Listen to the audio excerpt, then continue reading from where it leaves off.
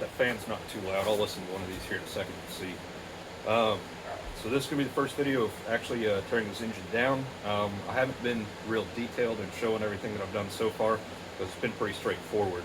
But from here on out, we'll go step by step through the manual, got the service manual here, and we'll rebuild this whole engine to Case's specs. And yeah, so these are going to be fairly long videos. If you're looking for just short parts, you're going to have to skip around, but I think I'll just do it kind of one video of the teardown.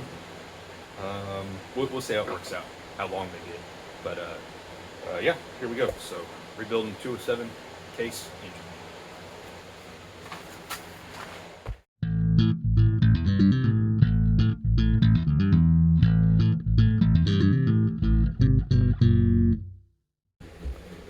Quick look through this first part of the manual here, section 1026. This is out of the Case service manual for 207D diesel engines.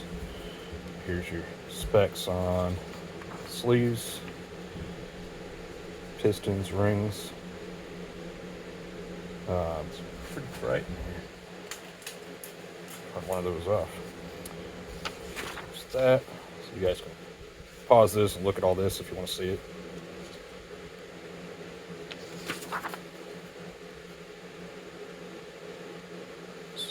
Gives you some tolerances and whatnot down here. Our main bearing tolerances on the journals and whatnot. That'll be important a little later.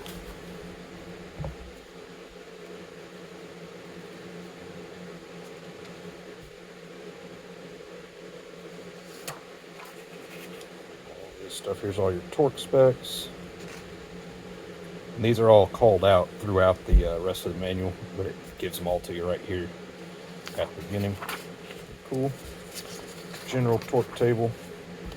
And here we go. So section 215.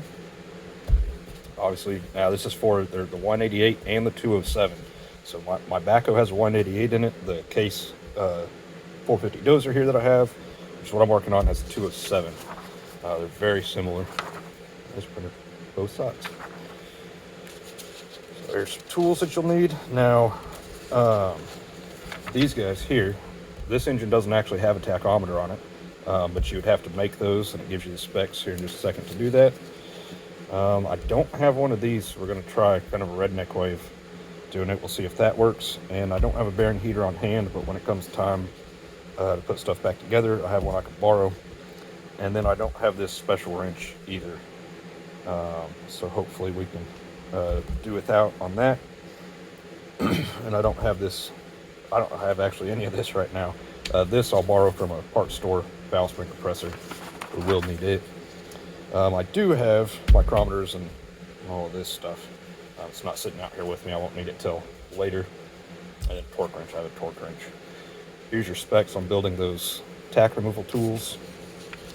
2 different styles. Now that tack, I believe, would be mounted right here on the engine. Like I said, this one just doesn't have one, and the machine, for whatever reason, is not equipped with one. So there's that.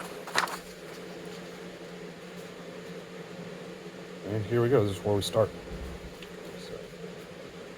So, actually already done steps 3 and 2, 3, and 4. So I skipped step 1. So I guess first thing to do is going to be to see if I can get them injectors out. All right, there's a different section of the manual on doing this, but it's fairly straightforward. This top line here is your, I call it like a leak-off line, I think.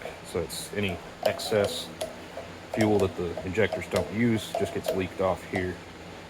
You know what? I can probably leave this on here. So this just is all collected up and goes to the top of the pump here, where it's returned to the tank. So it's got to come off, get it out of the way. And these are, there's rubber grommets in there. That seal this up. It's a low pressure line. It's not a high pressure with a flange or anything, so they just pull out. Should be the same on the bottom here.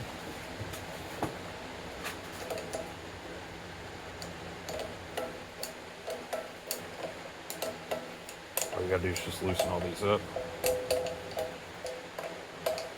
and then it'll pull out.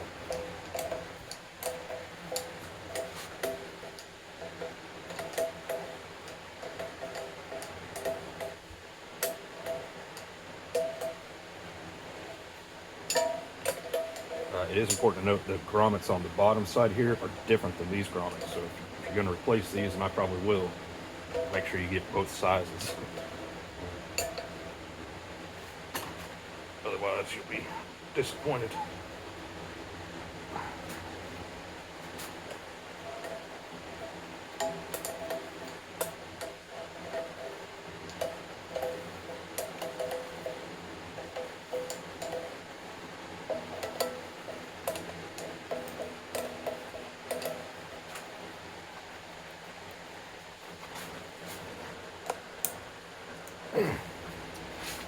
I may be wrong, this might be different.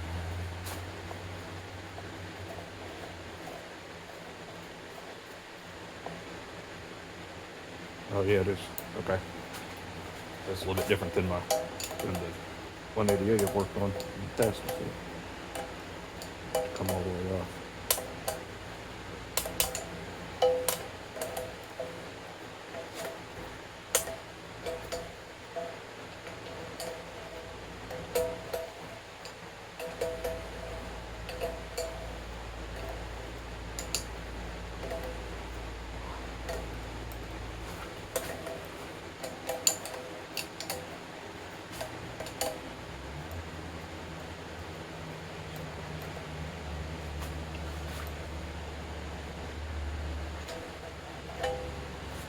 Go. And now these are the high pressure side. These are flanges. And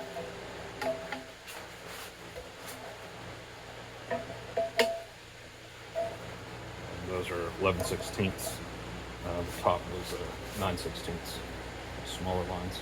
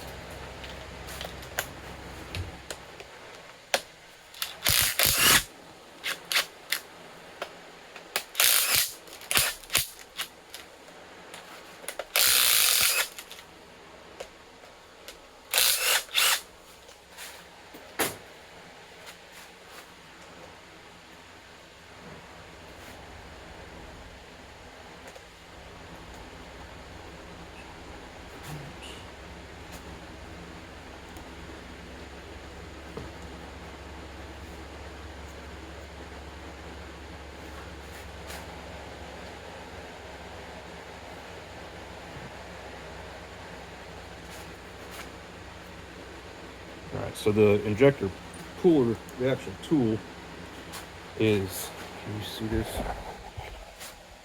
There's a, right there. This guy, you see that? There's a groove on that side and a groove on this side, and it's a little slide hammer tool that hooks on there, and then you pop it out of there with the slide hammer. Like I said, I don't have that tool, so I'm gonna see if I can get them out of there a different way. See if this is going to work. We'll get some stuff.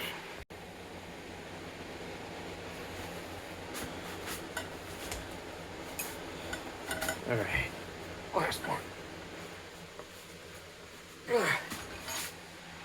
Fight me the most.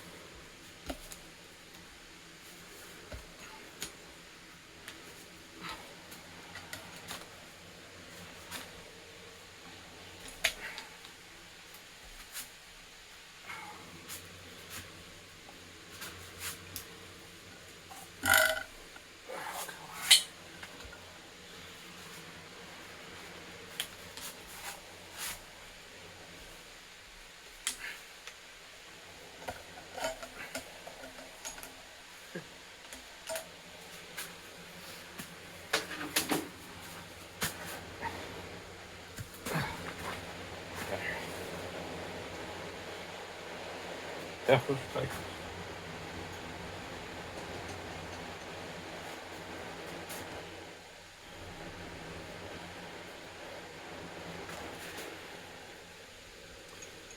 There it is. This little gasket should come with the rebuild kit. Not too bad looking.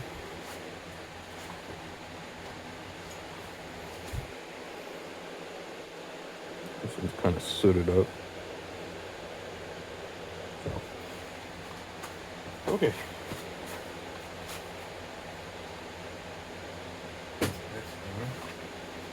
Next thing it says to do is remove the fan. I've already done that. See, now I need to get this spacer off of here, because I got to pull this cover off the front of this is the water pump in here.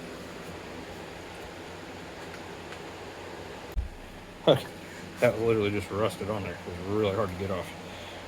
But it didn't need a puller or anything. It just came right out of there. And there's no way to get a puller on that. The pulley itself is so weak, you would just destroy it. So it looks like the next thing to do is to pull these bolts out. Look like 9/16 again. These bottom two ends are studs.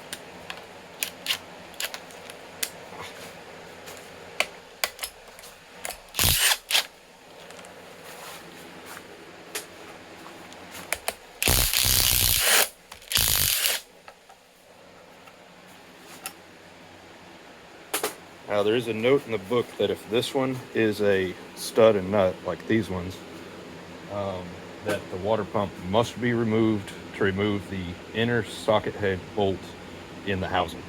This one was not, it's a bolt. And there's a socket head screw right there, looks like, maybe. I guess that's what that's talking about. So maybe because I don't know, some different variations though.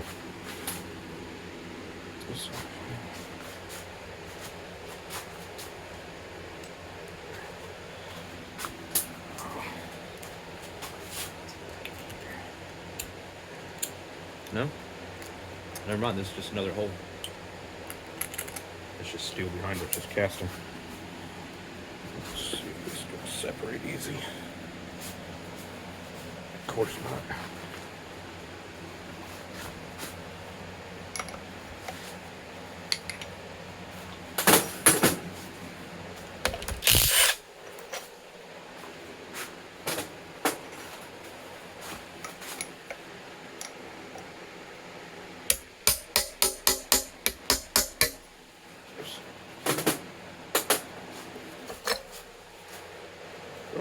Oh, that's all there is to that. It's just a little impeller. I was actually thinking that was going to be a gear pump. So, that's interesting. Cool. Water pump. All right.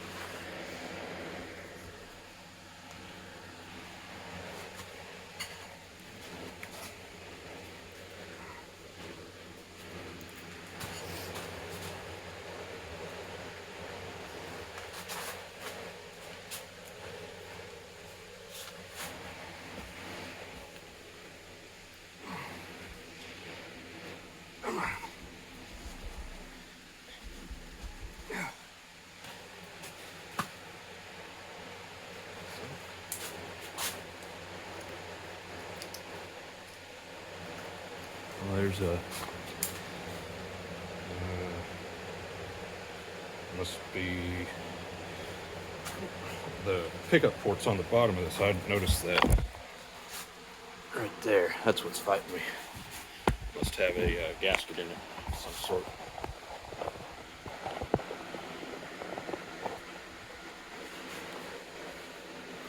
O-ring maybe.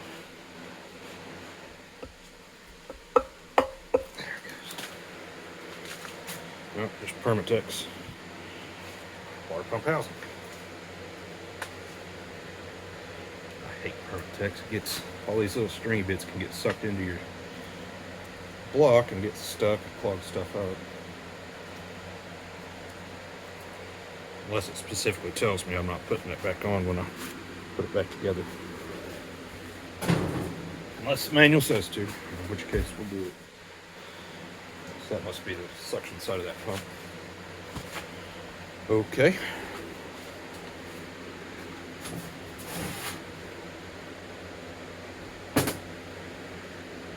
Give me a second. I'm going to store all my nuts and bolts and stuff.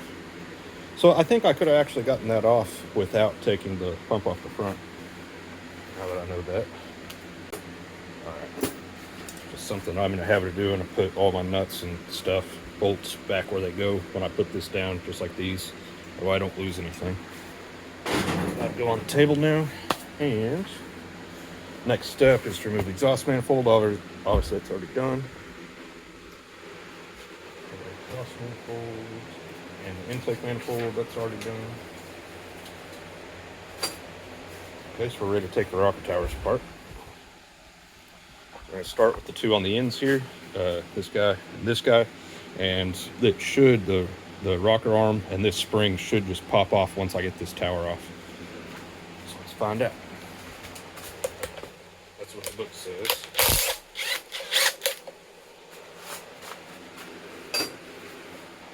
And the rest of it should come apart kind of as one assembly.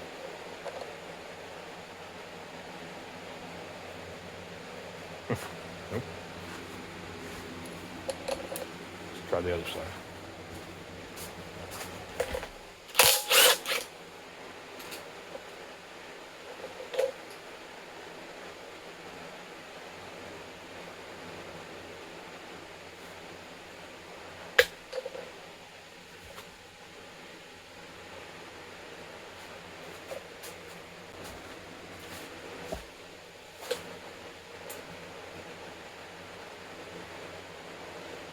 It might just come off because it's on the push rod.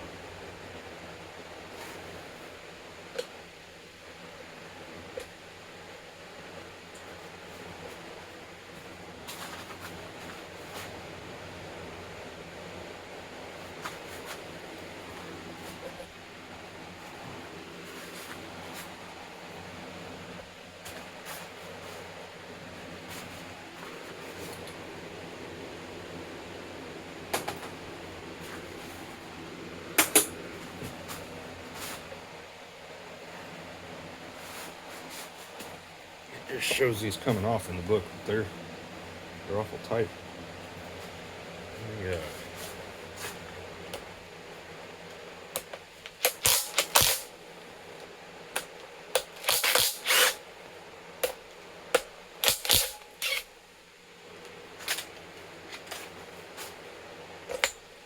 Oh, okay. There it goes.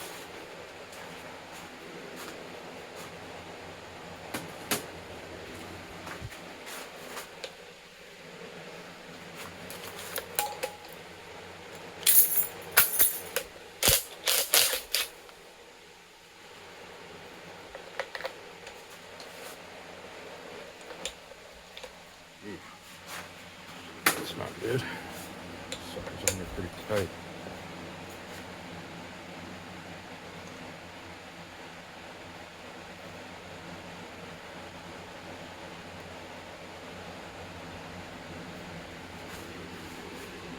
You see that?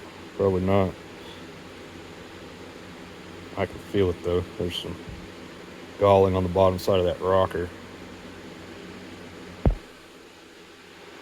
So that's not good.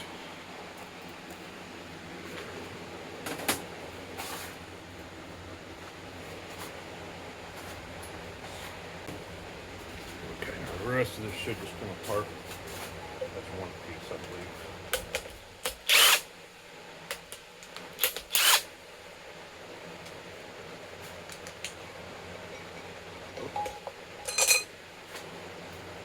Just like that.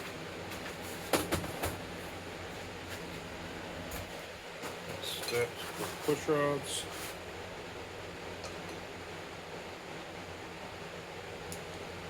I don't think it matters if these stay in any particular order, but we will try to keep them in the order they came out. We'll put them back in that same way, if I can help it. It's all look good.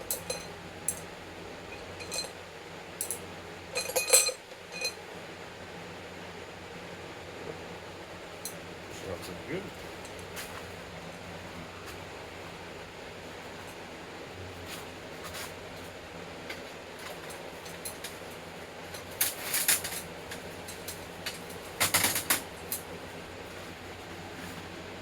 Okay, next says remove these.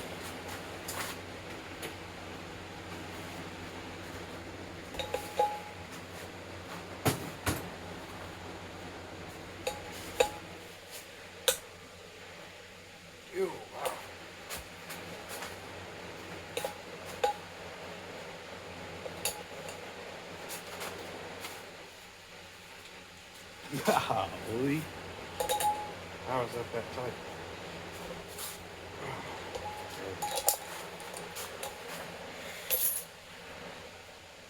Holy crap. Okay, now this is, in the book there was that special, called a cylinder head wrench or something like that, special tool. This is what those are for. It's just like an extra long extension on a socket so that you can use a breaker bar. I guess that's why, because this sucker is tight. Really need a breaker bar on it. Wow. Okay.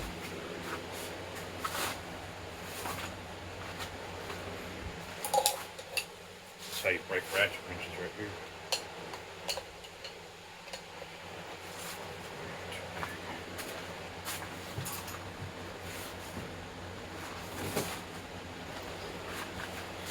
That's an 11/16, so I don't have a different 11/16 wrench. There it is.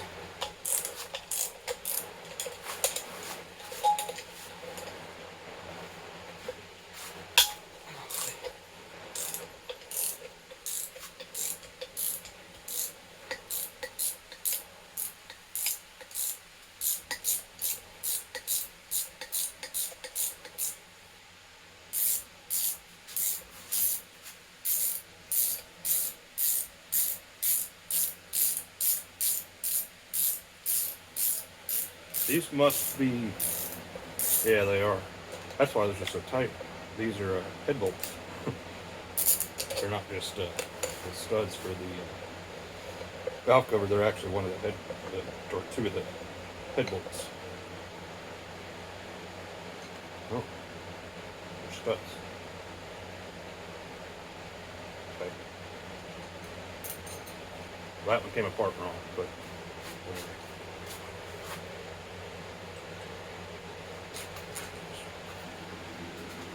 Okay, head bolts are next. And it doesn't say that we need to remove them in any particular order, but I'll probably try and crack them loose kind of evenly. Just make sure we don't break anything here. Alright, that's going to be an issue. So these, you need a 12-point socket, but they're only 1/2-inch bolts. These wrenches happen to have a spline in it, but they're just going to be hard to break loose with this little bitty 1/2-inch wrench. I bet. Yeah.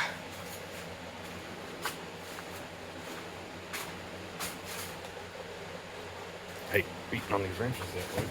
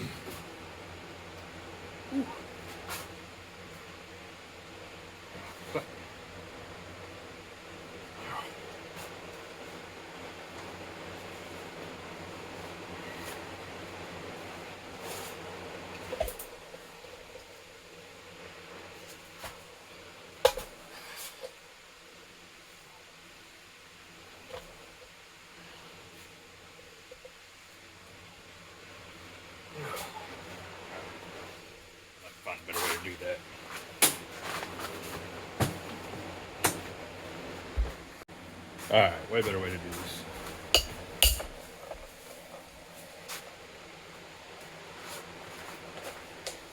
Neighbor had a 12-point socket.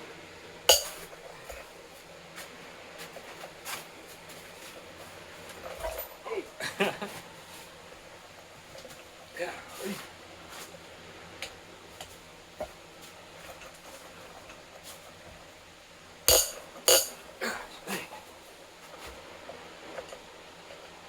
I see why they didn't specify the order on these, because once they break loose, they're just loose. There's not any sense in worrying about it, I don't think.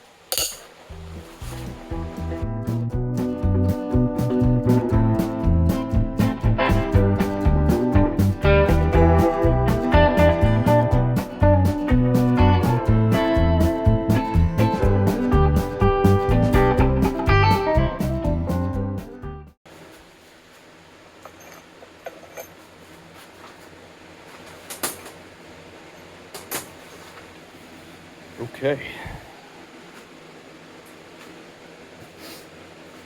Cylinder head is ready for removal.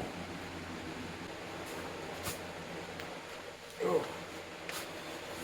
That head gasket is going to be hard to break loose. Yeah. We'll engine it.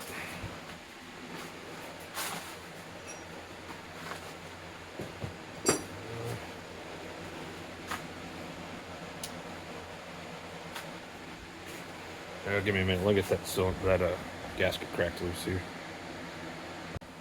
All right, hammer and chisel broke that gasket loose pretty easy. You obviously want to be very careful. That surface right there is very important. And the picture shows me picking it up by the valve springs. It's heavy though. It's to be stuck somewhere.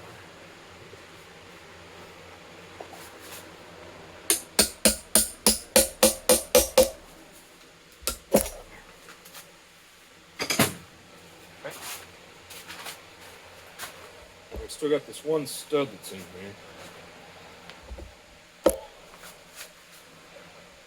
Oh, it's so heavy.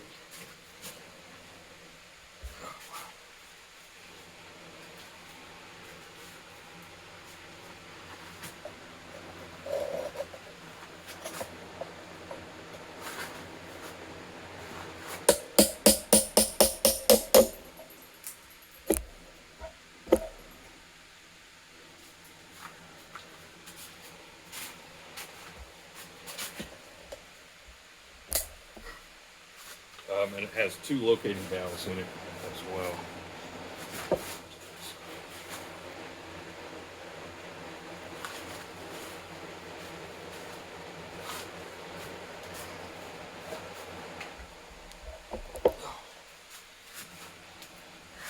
Locating valve.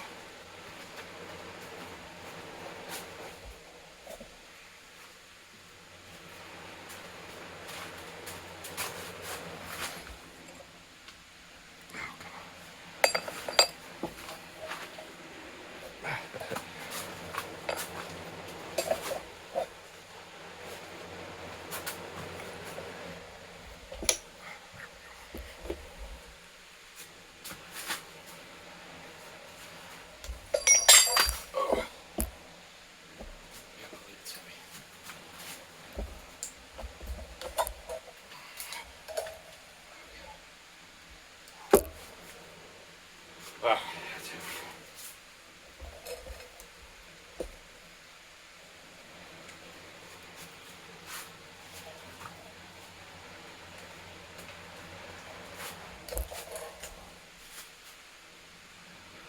Oh, the water plugs not okay. Oh, got it.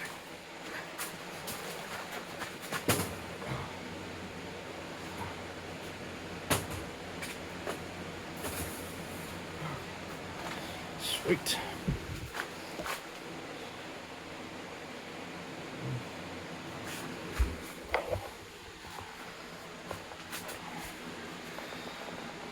Well, good news. I don't see a a whole lot of, I don't see really any pitting or scoring. All right, now there is a pretty serious lip on the cylinder right here.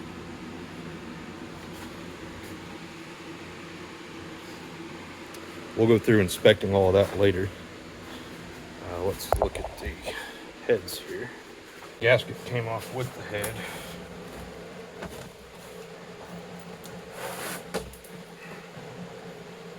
Oh, looks pretty good.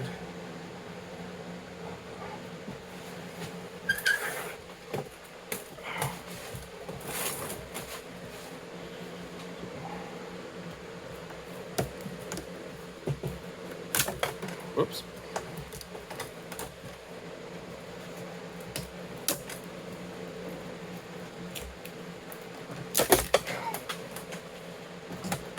So I'm not sure if that's because these came apart.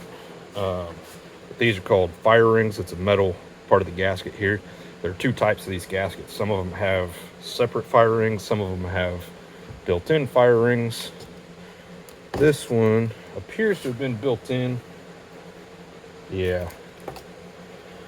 Tell by this, I'm pretty sure. This one, the fire rings were just built in, but the cylinder came apart and they came out. So, no big deal, that's trash anyway. But, yeah. So, there's the heads. The head, there's only one of them. That's interesting. That's burnt onto the cylinder.